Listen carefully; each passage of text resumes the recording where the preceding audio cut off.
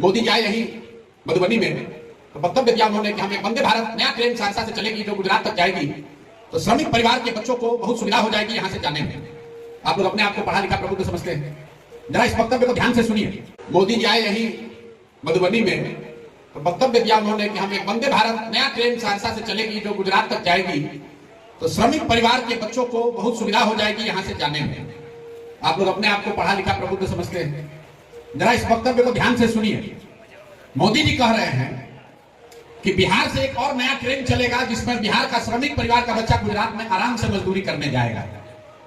अरे भाई, फैक्ट्री लगेगा गुजरात में और आपके हमारे बच्चे मजदूरी करने जाएंगे गुजरात में। आप पूरा बिहार का आदमी कह रहा है बिहार को मोदी जी का नया सौगात, नया ट्रेन चल दिया और अपने को प्रबुद्ध करने वाला सब आदमी उसी नाम पर वोट दे रहा है। अरे भाई, गुजरात का आदमी फैक्ट्री का है मालिक और उसी गुजरात में एक शहर जामनगर है जहां 5 लाख बिहार का बच्चा मजदूर है। एक शहर है सूरत। आपको लग रहा है कि बिहार में बड़ा विकास हुआ है। सूरत शहर में प्लेग फैला था, बिहार के किसी राज्य में किसी शहर में प्लेग नहीं फैला। 1990 के दशक में सूरत इतना गंदा शहर था कि वहां प्लेग फैला था। उसी सूरत में 8 लाख से ज्यादा बिहार का आदमी आज मजदूरी कर रहा है। आप जरा ये सोचिए कि मोदी जी का इतना ताकत है, सूरत का विकास हो रहा है, जामनगर गुजरात का विकास हो रहा है, बिहार में फैक्ट्री, सहरसा में वो फैक्ट्री काहे नहीं लग रहा है? इस पर विचार करने वाली बात है। इतना महान महिमा मंडन हो रहा है मोदी जी का, क्यों नहीं लगता?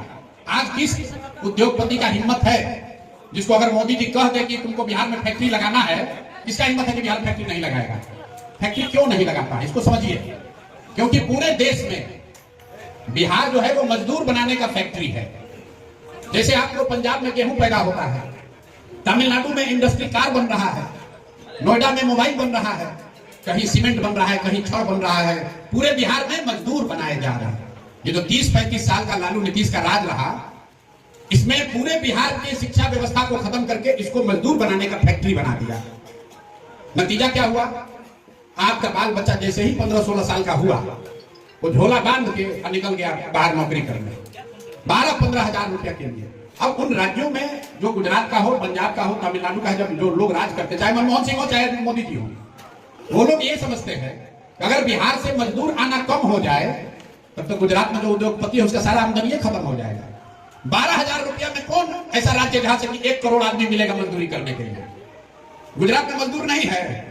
आप जरा ये अपने से पूछिए कि गुजरात में मजदूर है कि नहीं है? तो फिर बिहार से आदमी जाके मजदूरी क्यों कर रहा है? क्योंकि गुजरात का जो मजदूर है वो 25,000 रुपया महीना मांगता है और बिहार में इतनी गरीबी है कि लोग कह रहे हैं सर 15,000 दीजिए, हम आपके यहाँ काम करने को तैयार हैं। और बिहार के लोगों को ये बात समझ में नहीं आ रही। लोग कह रहे हैं सड़क बन गया। अरे भाई, इस देश में सबसे ज्यादा रेलवे लाइन मोदी और मनमोहन सिंह, कांग्रेस भाजपा ने नहीं, अंग्रेजों ने बनाया। क्यों बनाया रेलवे लाइन? ताकि यहां से सामान ढोकर इंग्लैंड जा सके। आप सुने गांधी आए जब चंपारण में जो आंदोलन, क्यों गांधी ने कहा खादी पहनने के लिए? क्योंकि अंग्रेज कपास का खेती यहां कराता था, नील का खेती यहां कराता था और आप ही के ट्रेन से भर के जहाज से, पानी के जहाज से ले जाकर इंग्लैंड में कपड़ा बनाकर वापस लाकर देश में बेचता था। वही काम आज बिहार के साथ हो रहा है।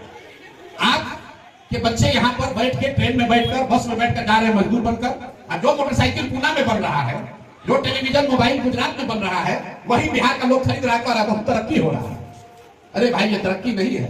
जब लालू जी 1990 में बिहार में बने तो भी देश का सबसे गरीब और पिछड़ा राज्य था बिहार, और 2025 में भी देश का सबसे गरीब और पिछड़ा राज्य बिहार ही है। ये बात आप समझ लीजिए। आपको लग रहा है बिजली आ गया, बहुत बड़ा हो गया, बड़ा आदमी गाड़ी खरीद लिया। पूरे देश में 100 में करीब 100, हर 100 व्यक्ति पर 10 गाड़ी है, 4 चक्का गाड़ी।